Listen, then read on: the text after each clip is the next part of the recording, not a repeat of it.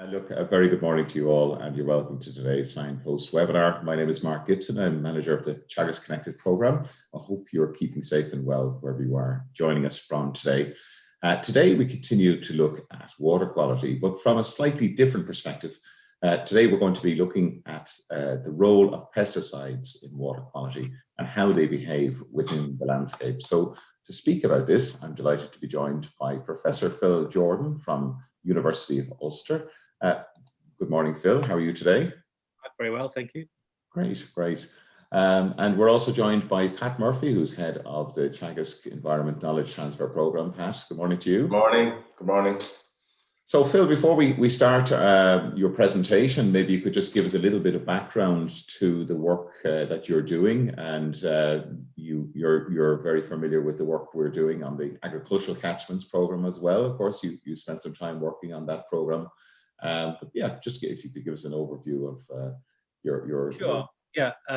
As you said, I was working for a time with Teagasc on the agricultural catchments program, and my area of expertise is really on the dynamics and fate of nutrients in catchments, and more about trying to keep nutrients on the land and less being transferred to water.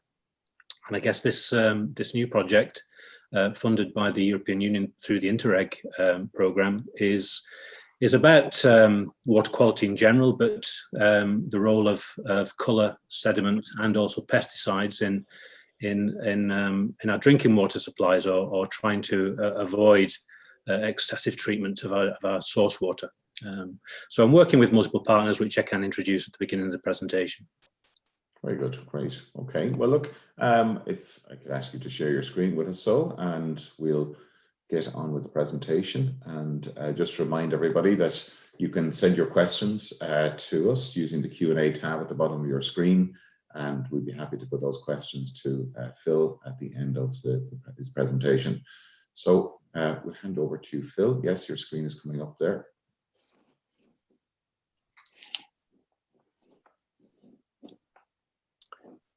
Is that me? Is that shared? Yes, we can see your screen.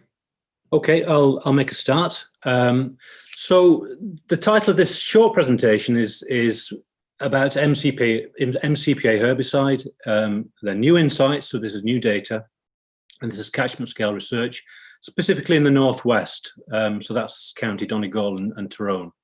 And I just want to say that I'm presenting this morning, but really a lot of the data analysis, data collection for this project is undertaken by others, specifically Rachel Cassidy, Phoebe Morton at AFBI, Kevin Aitchison, who's a PhD researcher at Ulster, and chemists down at AFBI as well, Stuart Floyd and Colin McRoberts.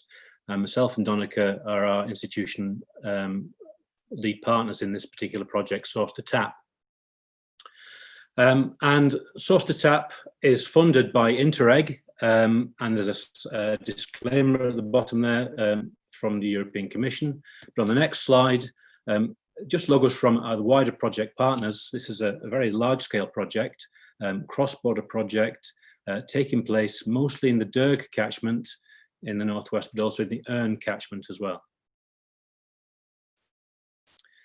Now, the high-level purpose of Source to Tap is thinking about source water or raw water, and how that is turned into drinking water.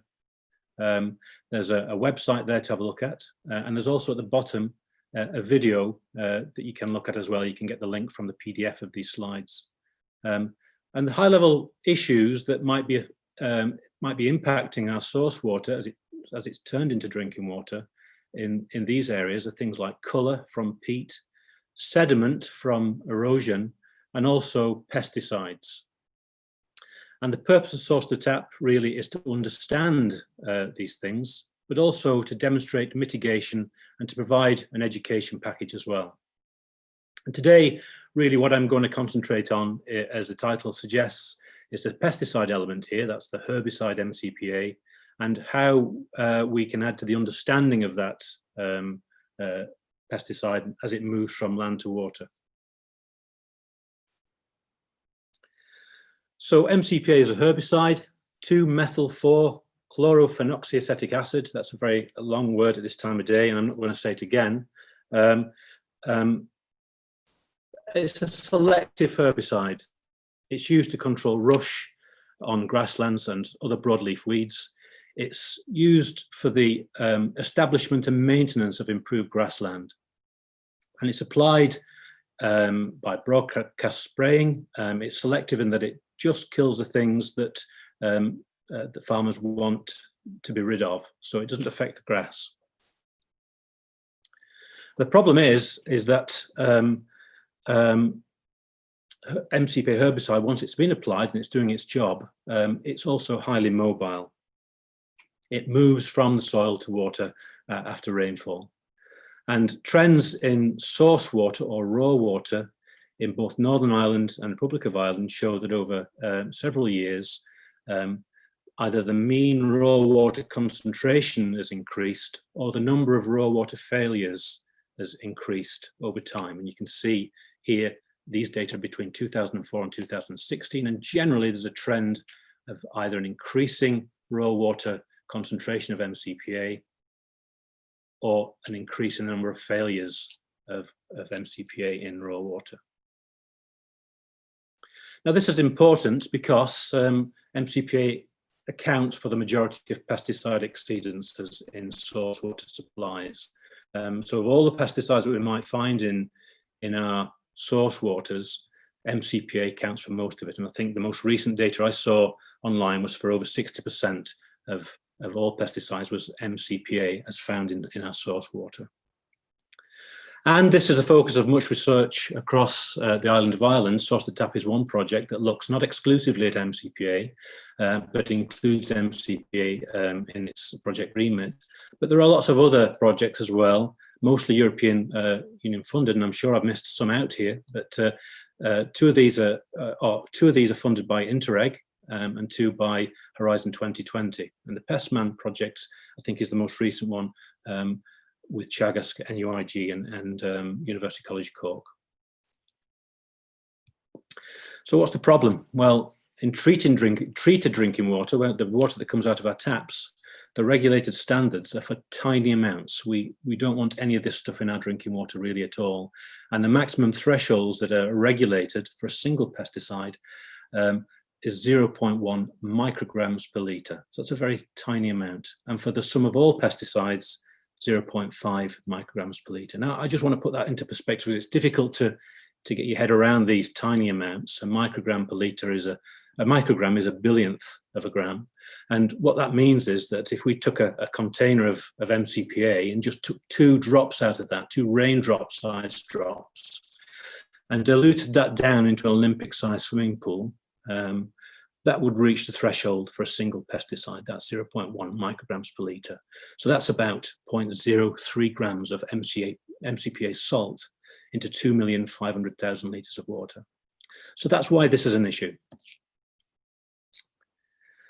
Now, source water, most of our source water across Ireland comes from surface waters, that's rivers and lakes, about 60 to 70% across Ireland, and around 40% across the EU.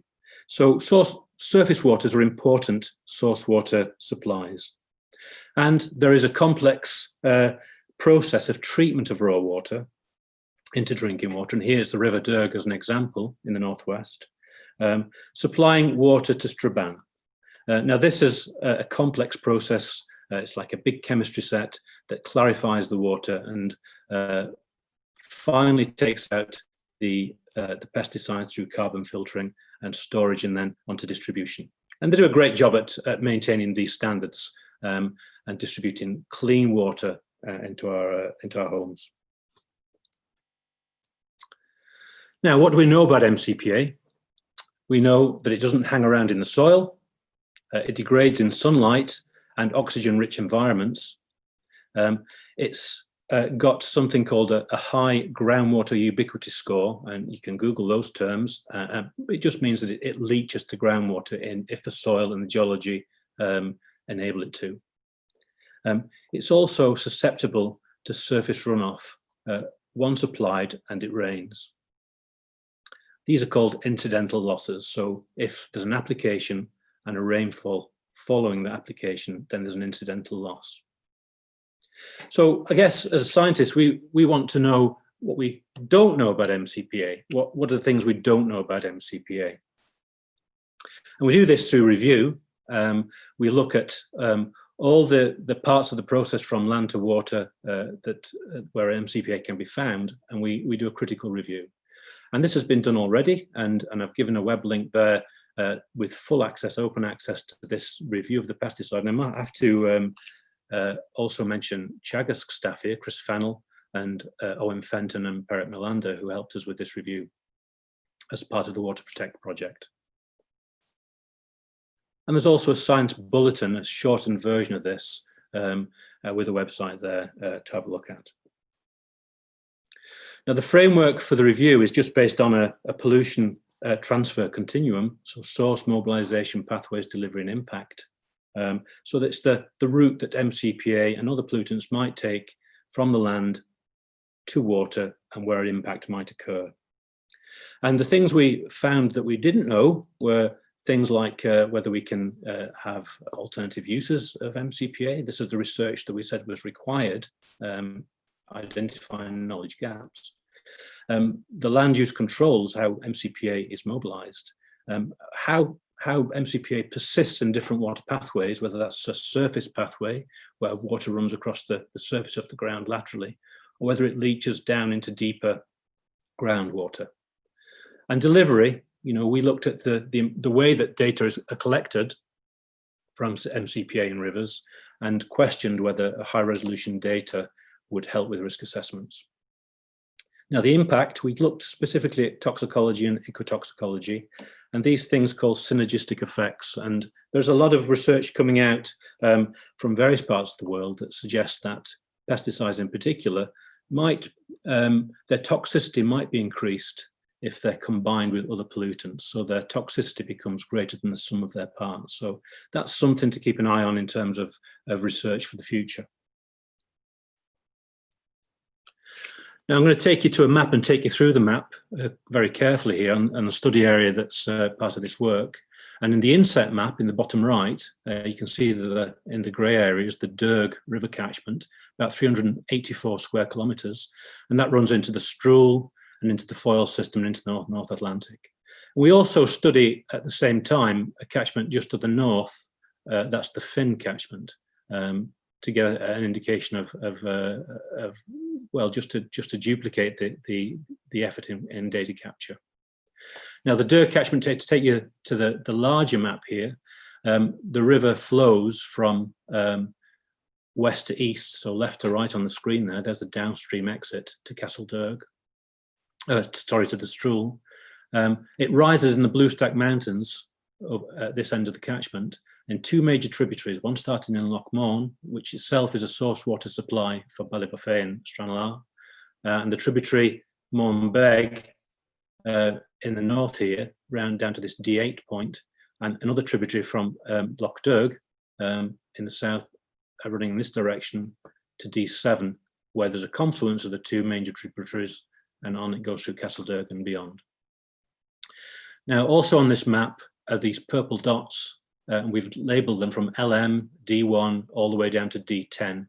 And these were spatial sampling points where we started to question this idea of land use control. So studying specifically the mobilization part of that continuum where we identified a knowledge gap.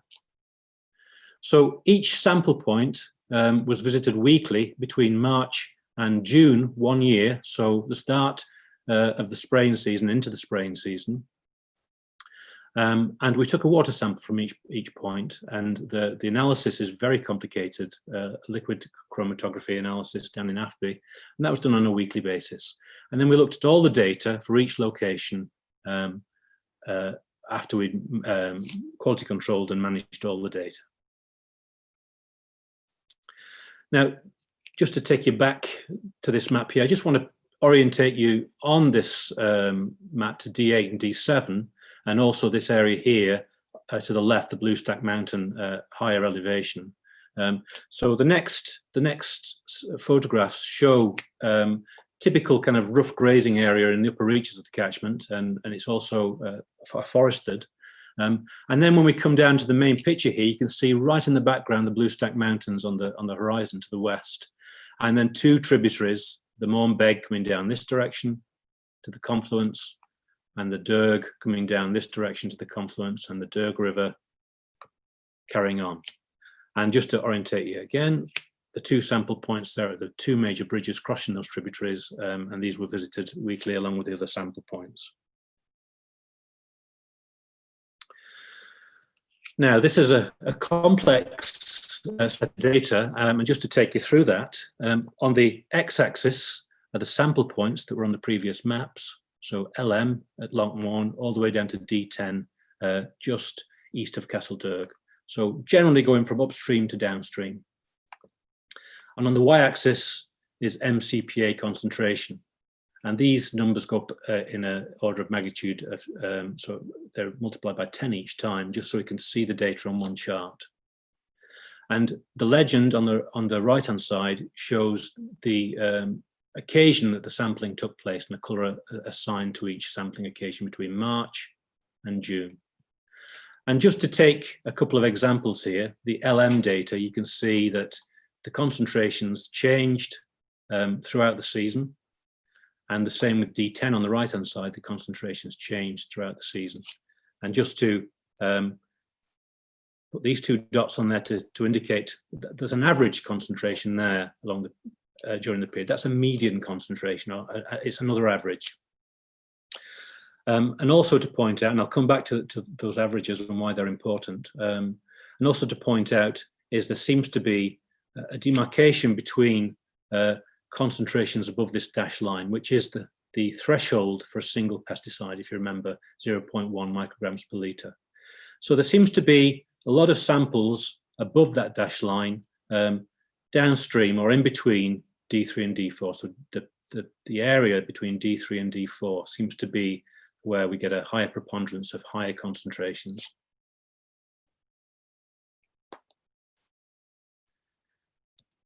Okay, so on this, back to this map with some further data on it. First of all, I'm going to take you down to the legend at the bottom, and the legend shows that green for improved grassland and orange for rough grazing with a little bit of extensive grazing in between, just very major land use or land management classes. And the pie charts show the proportion of rough and improved and some extensive grazing in each one. So that's the proportion. And just to give you an example here, you can see that at D10, upstream of the sample point D10, we get about half improved grassland and half rough grazing. And then upstream of LM at Lochmorn, it's all, more or less all rough grazing, so 100% in that case, and then proportions in between. But if I just add this dashed line again, you can see that between sample point D3 and D4 down here, that there seems to be a greater proportion of improved grassland. So it does seem to show a demarcation point. Remember that downstream of D4 in the previous graph, there seems to be a high preponderance of high concentrations. And when we looked at those data statistically, or when Phoebe and Rachel looked at those data statistically, we could see that land use controls showed that the more improved grassland in a subcatchment, the higher the average MCPA concentration. And the more rough grazing in a subcatchment, the lower the average MCPA concentration at each of those, across those sample points. So that's quite a finding, and that's published now in a paper, Morton and others, 2020, and you can get access to that through that web link. It's in press at the moment, but it's open access, so that can be downloaded and distributed.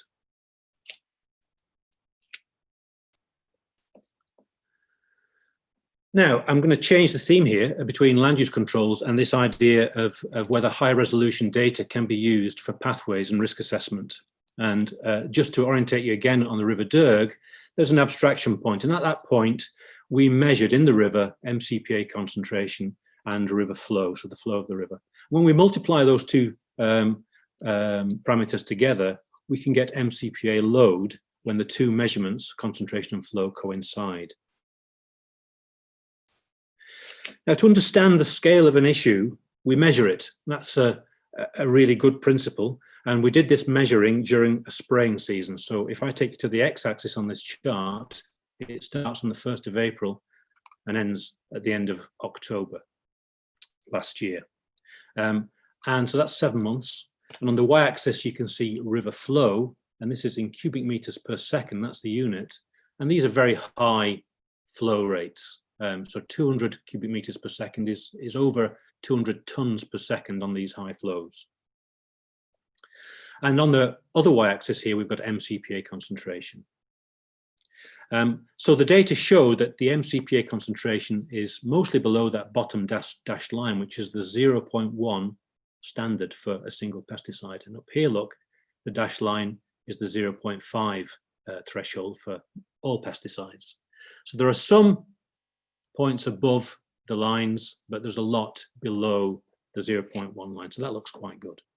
But I guess what we questioned was, knowing that MCPA is very mobile, was this weekly sampling sufficient in capturing the full scale of the issue? So if we understand an issue by measuring it, we measure more to understand more. And in this slide, we can see some extra infrastructure at that point on the River Derg, where we measured or collected water every 7 hours during the spraying season, 7 days a week. And on the next charts, that's going to be denoted by a red circle, open circle. And we also concentrated, or Kevin Aitchison, the PhD student at Ulster University, concentrated on some storm events to see specifically what could be sampled between these 7 hours. And they're denoted with a purple dot on the next maps. So refrigerated samples, they were taken away and analysed down in AFBI whenever they needed to be. And the river flow data is public data available from the Rivers, not the Rivers Agency, Department for Infrastructure now, and that's at their Hydromet Cloud website, which you can access. So there's the weekly data again. And when we add the 7 hourly data to that same data set, you can see that more sample concentrations are above the lines, and there are higher concentrations as well. So it does seem that the 7 hourly samples pick up a lot more than the weekly samples. When we had the 1 hourly data in there, so Kevin managed to capture 13 storm events during that period, the concentrations go up even higher, and they're linked back to these storm events, which are denoted with a very sharp blue lines. That's the river flow going up and down.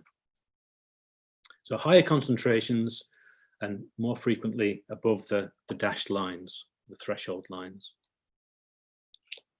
Now, if we multiply the 7 hourly data, the red dots, by the 7 hour flow data, then we can turn MCPA concentration, and this is in micrograms per litre of water, that's a concentration, we can turn that into a load. So that will be in a mass per unit time.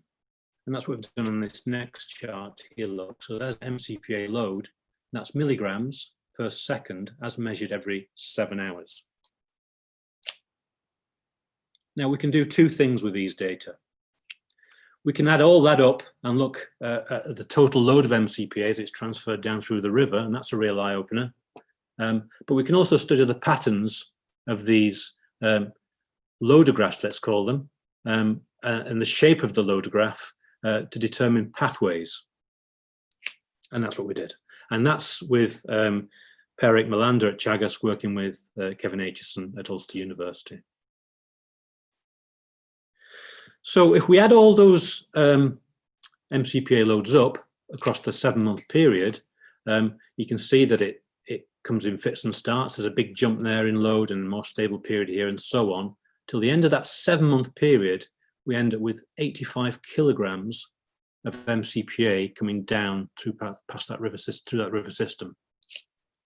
Now that's a lot, and in fact, that 85 kilograms of MCPA is equivalent to 7 25-litre containers of the product of MCPA product going down the river. Now, just remember that 2 raindrop-sized drops in an Olympic-sized swimming pool is sufficient to meet the first single pesticide threshold. So this is a lot of MCPA coming down through the river system. Now you can also see, going back to this jump here, that the concentrations sometimes rise or the loads sometimes rise very quickly, and that translates back to a high concentration, much higher than the threshold concentrations. And then there are other periods where it's very stable. And I guess knowing this may help with treatment processes. It might serve as early warning, for instance, if we had the right equipment to actually measure that in real time. Nevertheless, over the whole period, the source water average concentration was about 0.4 micrograms per litre. So that's the concentration that the abstraction works and the water treatment works has to deal with. So that goes into the plant and has to be treated. And just to remind you again that treated drinking water has to have these 2 thresholds. So the treatment process between the source water and the drinking water costs money. It's a burden to the taxpayer. Okay, pathways. When we applied the magic to those loader graphs, we determined that overall, and the pathways that we determined were more complicated than this, or more complex, but I've just summarized them in 2 major pathways here: surface and near surface all bulked together, and base flow.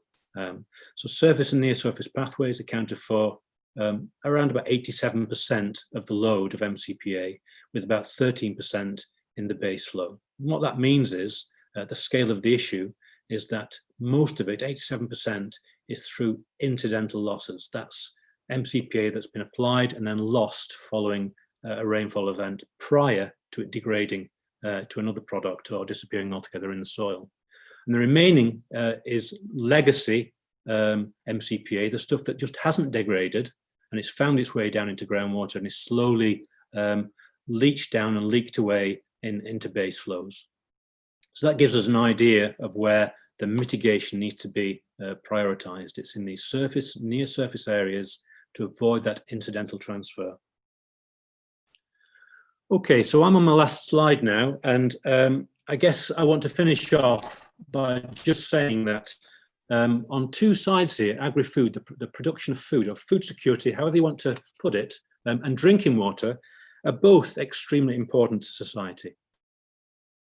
If we think of them as being competing interests in the same catchment, well, that's generally regarded in natural resource management as a wicked problem, because we want both things.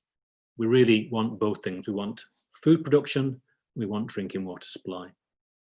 And there are clearly issues on both sides here. Catchment issues, I've summarized these in terms of the research so far, is showing that improved grassland is a major leaking source of MCPA during the spraying season. And that's related back to incidental losses lost in surface pathways. And on the other side, we've got a very high treatment cost, and these are acute high pressure, so they happen very suddenly within a spraying season, coincident with these incidental losses from the land. Now, we can find a way of mitigating these issues, and I guess that can be a subject for another talk as this project goes on. But the middle way, of course, to combine both elements here, or both concerns and both requirements, is integrated catchment management. And integrated catchment management brings together all interests and tries to manage this problem from all perspectives. And it is an example of One Health, a One Health principle, where we consider our needs and the needs of the environment as well. And I know that a future webinar on One Health specifically will be given. Now, the mitigation falls into broad categories of education and training, and also land incentive. And I guess in terms of land incentives, it's whether we can actually move some of these treatment costs, defer some of these treatment costs, and move them back up into the catchment to reduce the problem at the source end rather than the treatment end. So that's what Source to Tap is trying to do.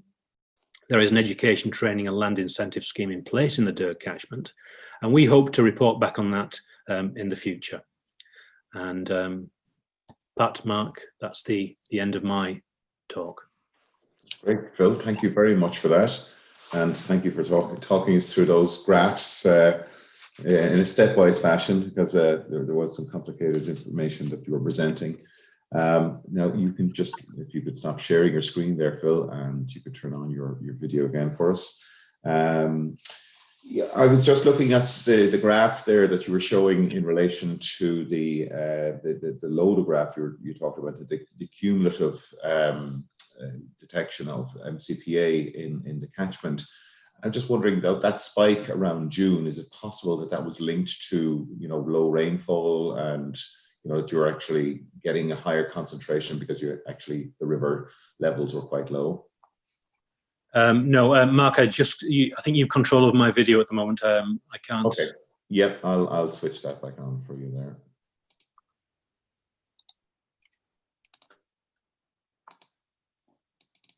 Yeah. Actually, no. For this particular catchment, it's the opposite. It's because we had rainfall and lots of runoff in June, and it was subsequent to a period of application. Now, in other parts of the country where surface runoff is prevalent, we might see that, and in fact, that has been measured in Wexford catchments by the Water Protect project. So where we have less of a surface runoff, then we might see that concentration increased during those dry periods. That's what the data so far is suggesting. But in these northwestern catchments where we get a lot of rain and a lot of runoff, this is a very wet area, then we get that incidental sudden runoff, and that's why the loads are so high. Oh, in general terms, Phil, what does the results of this project mean for from a policy point of view? I see, look, you have the education measures in place, and we will see the impacts of those. But you didn't mention the regulatory aspect to interventions. Yeah, and I think that's an even higher level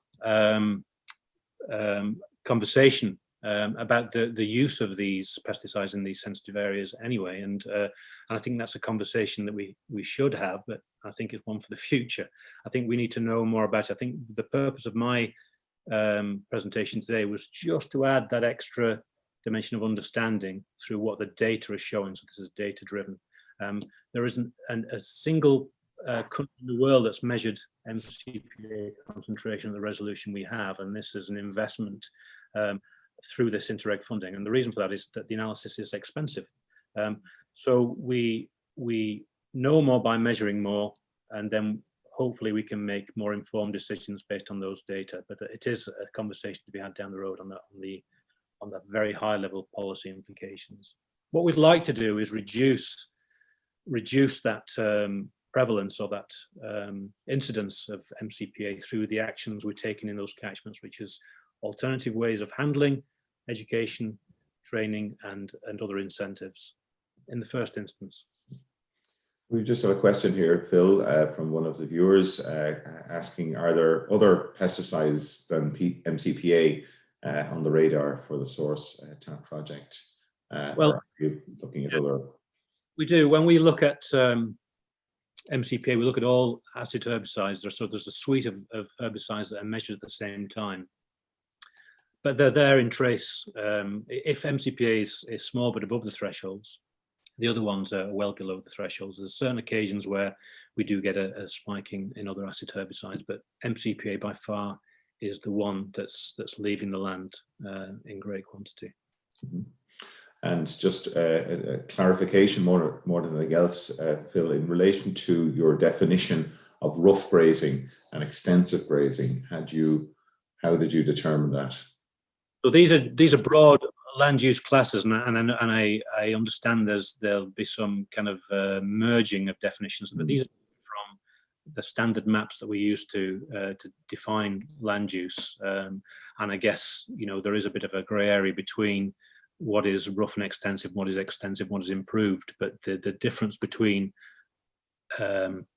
rough grazing and improved grazing is quite clear on the ground and also on the maps that we use.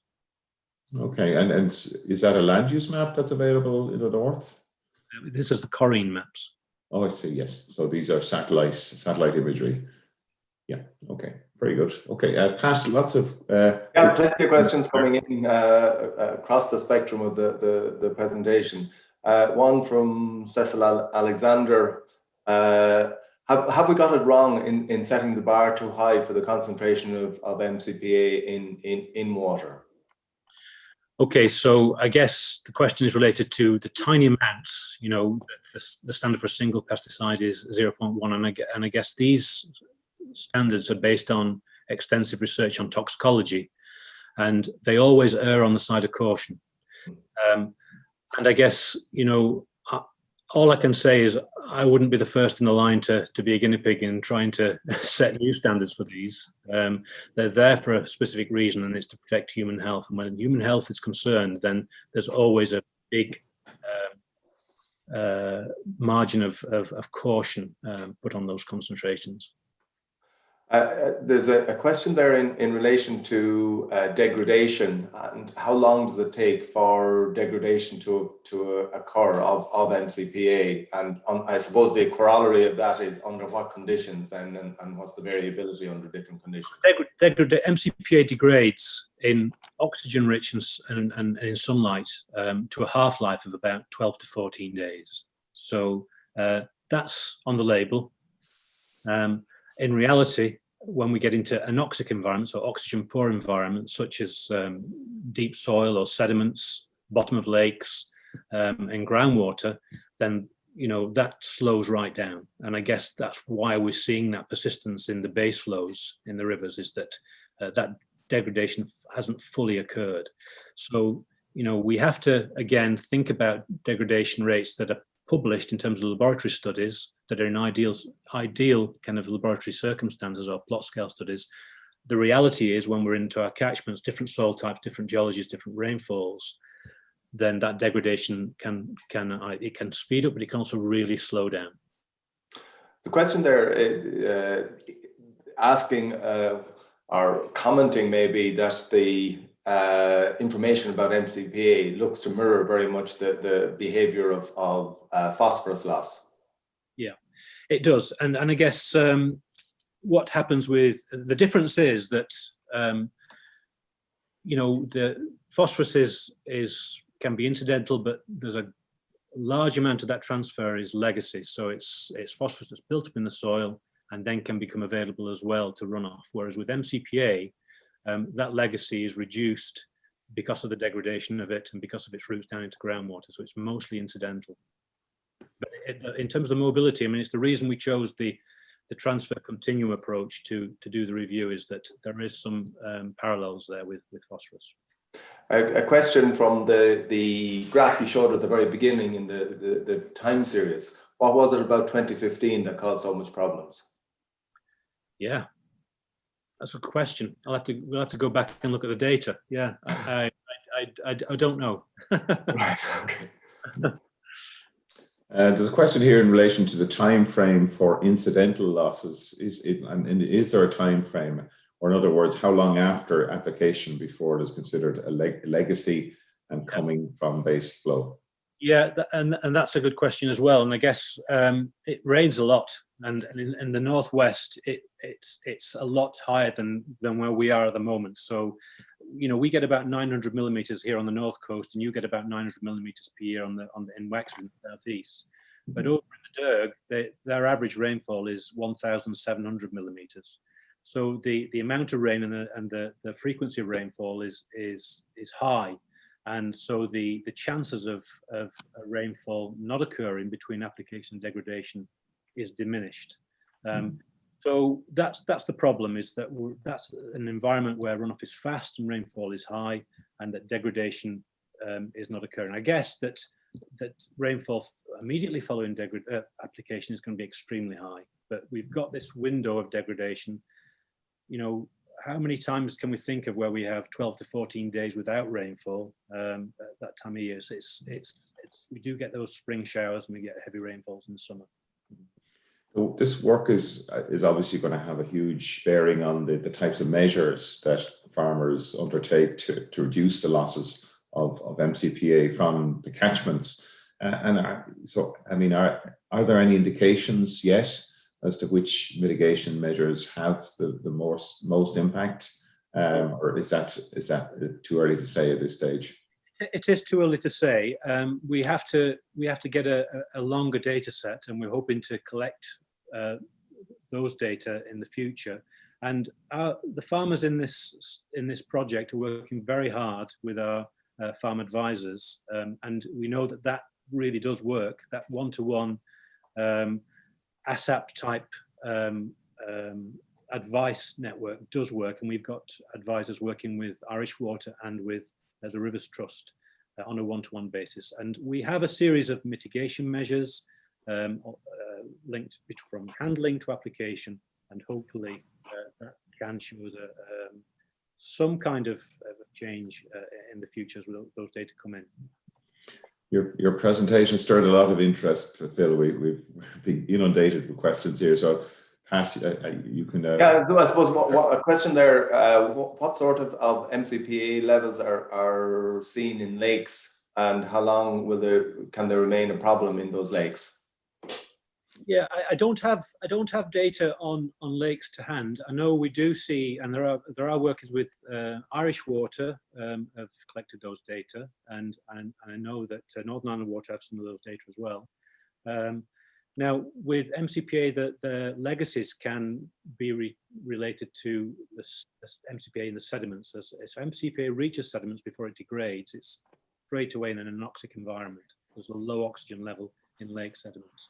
And the problem with some lakes is that in the autumn, the lake water turns over. So it's quite a physical process. And that act of turning over can redistribute out that sediment back into the water column. So that's often, that turnover is generally called the autumn turnover. It happens at the end of the summer. And there are some instances, well, it's anecdotal for me, but there are real data out there to show that September and October time can be a time when MCPA is found in lake water, and it possibly linked back to that reason.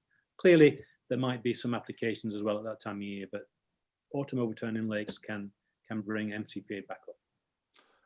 And then there's a lot of inevitability about a lot of questions about mitigation actions, and what are you looking at? I know there was quite a bit of work in the north in relation to mitigation and reducing MCPA usage.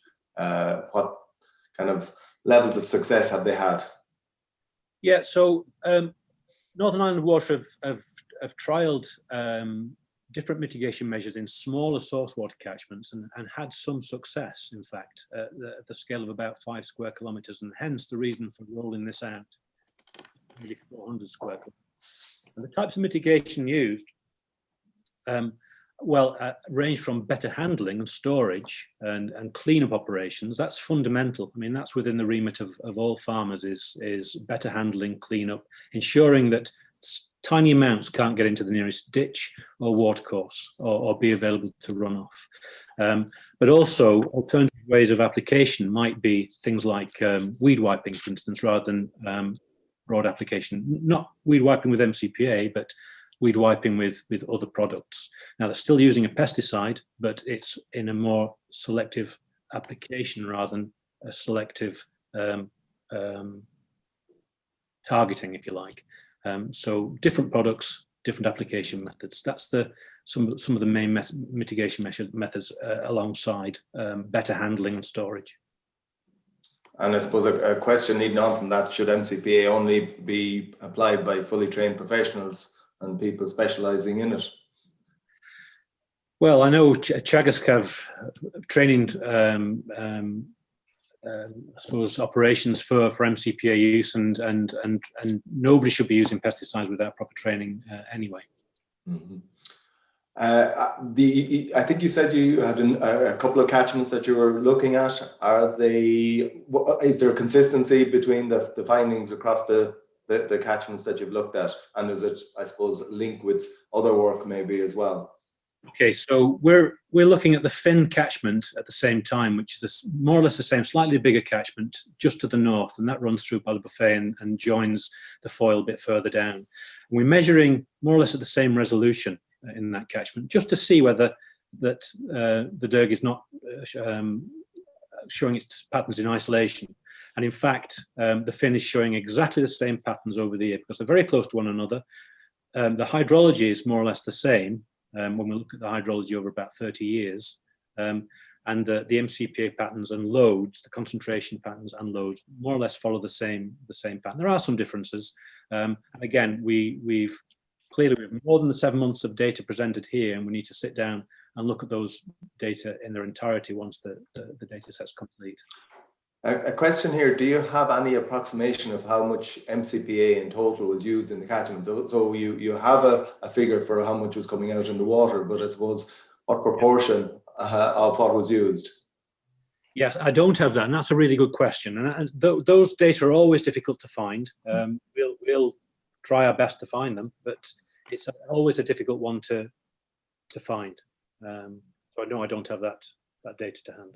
Phil, do you plan to get any better insights into the types of applications or the best type of application method to reduce losses?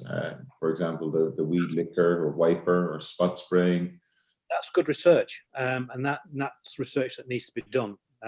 So if that's not being done at the moment by the projects that I showed in an earlier slide, then clearly that needs to be done. We have research on not just on the application, but how that really, because that translates down into the soil water mobilization process as well. So there might be, different ways of effectiveness. Application methods might have different effectiveness results on what they're intended to do. But they might also have different results on soil water partitioning as well, and that's research that needs to be done. Question here, would you expect similar patterns of MCPA loss to water in free draining catchments? No, and I think we've seen that. There's work published recently through the Water Protect project in Teagasc, colleagues down in Wexford, that shows that the patterns in free draining catchments in Wexford are much less than the ones I've reported here. So wherever you're seeing high MCPA in raw water, it's more likely to be in the same kind of catchments where it's a struggle to keep that improved grassland improved, because soil and the rainfall wants to take over. So it's that kind of environment where the problems mostly occur, where the surface is prevalent. And in relation at a more micro or field level, is there any evidence to suggest that MCPA is being discharged in fields at higher concentrations, or like we talk about critical source areas in a water flow or dynamics perspective?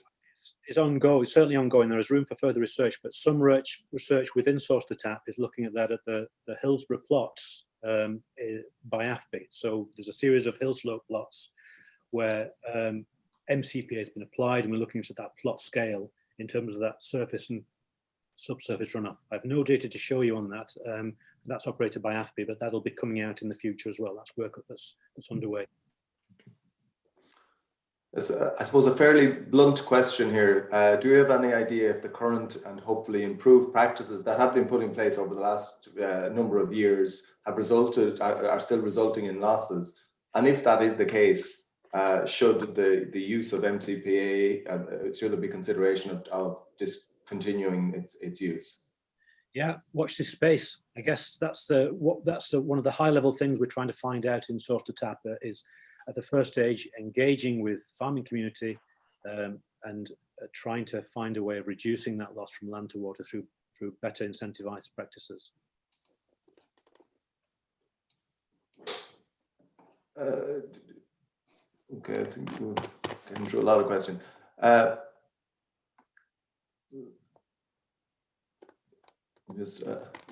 Sorry, Mark, have you anything there? I'm just... Yeah. I suppose it's that general question around the policy interventions. I mean, Ireland we're looking at a renewal of the Common Agricultural Policy, a lot of focus on results-based schemes, and I know that probably extends a little bit beyond your remit here today, but as a, you know, that's the work that you're doing is going to have a huge impact and on policy. I mean, what do you think are the kind of the early messages that we can start to bring from the work you're doing? Well, I guess at a very high level, you know, we might question why acid herbicides are used in quantity in environments. That's a very high level thing, and that, you know, that's beyond this presentation. But certainly, the data and the results from our project will inform that debate. So, as I said in my last slide, you know, food security, it shouldn't compete with water supply. Those food and water are the two basic things that we have in society, that we need in society. And I guess the data that have been presented here is just on the understanding of that one pesticide that's found in our raw waters. We have to do something about that. Whether we have to build up in kind of degrees, if you like, and working from the farm level upwards to try to reduce those losses. And I kind of think incentivization is the best way to do that.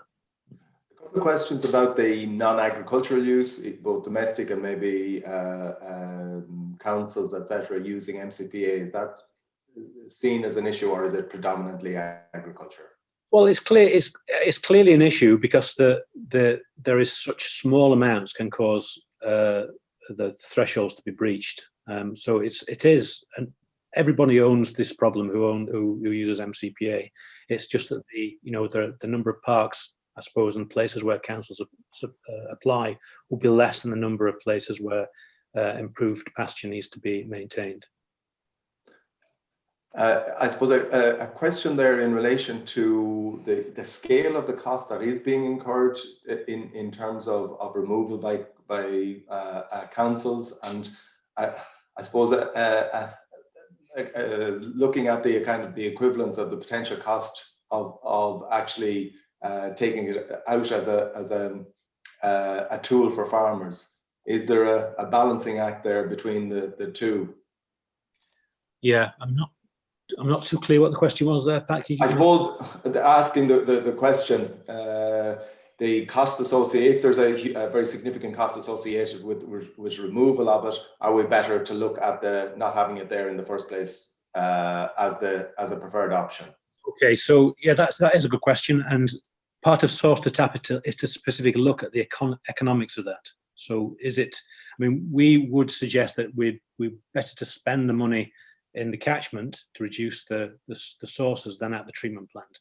And remember, it's not just the treatment plant that's the issue. Drinking water is an issue, but the rest of that 85 kilograms has gone down through the river system. And as I said to you before, we still don't know what the ecotoxicological effects are in terms of with other pollutants. So it's in everybody's interest to reduce that pollutant, if you like, coming down the river system. So if there is an economic bonus to actually reducing treatment costs and putting that money back up into the catchment to incentivize reductions, then that's a good thing.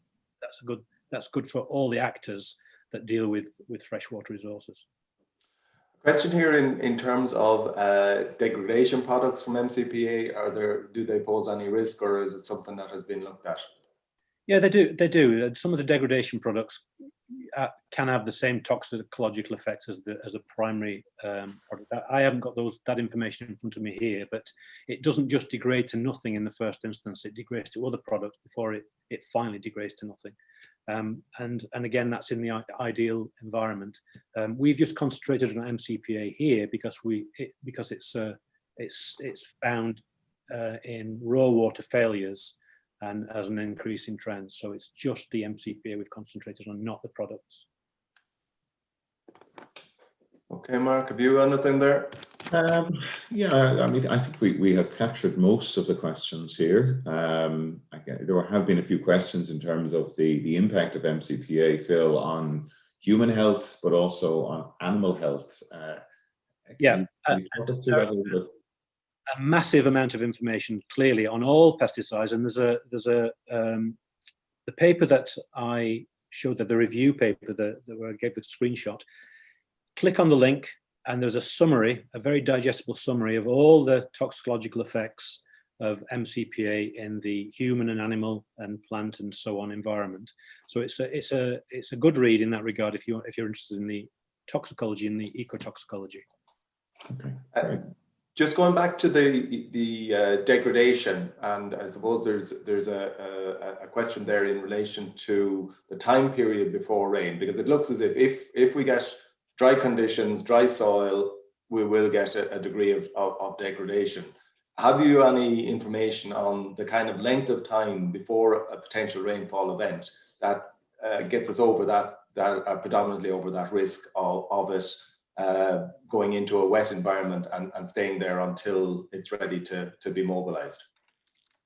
Short answer is I don't have that information in front of me. It's something that we can look at in the data to see whether we can, it's because we're dealing with such a patchwork of activity within a catchment, it's difficult to nail down where and when and how much that has been applied at any one time. We just have that general period where MCPA is generally applied in the spring. So cut and then wait and then apply, and then the period to rainfall. But it's something it's a good question. I think it's something we could look at a bit more closely at. But presumably, I think what you're probably saying is that if there is any threat of rainfall on the way, you shouldn't really be saying don't use it, or if your soil has a very high moisture content in it or a very high water table. That's exactly right. Yeah. Okay, on that note, I think we're going to have to draw the session to a close. Time is running out on us. Phil, thank you very much for an excellent presentation. A lot of compliments coming through here on the questions and answers. And what we might do, Phil, is send you a copy of all of the presentation or the questions that have come through here today. What I would do as well, Mark, is that people can find my email address on the Ulster University website. And if anybody wants to contact me directly with any questions relating to this presentation, I'd be happy to answer if I can. Very, very kind of you. And that will be on your presentation as well, which will be available for everybody on the Teagasc website. So just click on Teagasc and go to webinars, and you'll find a list of all of the webinars. And just to let you know that next week our webinar is going to be coming from, we're going to have Patrick Barrett from the Department of Agriculture. So this is a change to the advertised schedule. So Patrick Barrett is going to be talking to us about creating and shaping the development of Ireland's bioeconomy. This is a theme that is becoming very important in how Ireland's agri-food sector develops. So do join us next Friday for that. Before we go, I just want to say a big thank you to our production team, Andy Boland, Catherine Keena, Pat Murphy and Yvonne Maher, and also to our partners, the National Rural Network, Food Drink Ireland SkillNet, and Dairy Sustainability Ireland for their continued support of the series. So from all Mark, just one thing, just we said last week that we would open up our question and answer session just at the end of today and keep it open for people to maybe come to us with suggestions as to what might be useful to include going forward, and suggestions even on how we operate. So anything you have to say to us to give us a little bit of advice to try and improve what we're doing, or maybe meet additional needs, we'd love to hear from you. So we'll leave the question and answer open for the next 10 minutes or so, and we'd love to get some feedback from you. Thanks very much. Yeah. Thanks, Pat. So from all of us, thank you very much for tuning in. Take care and stay safe. Thank you.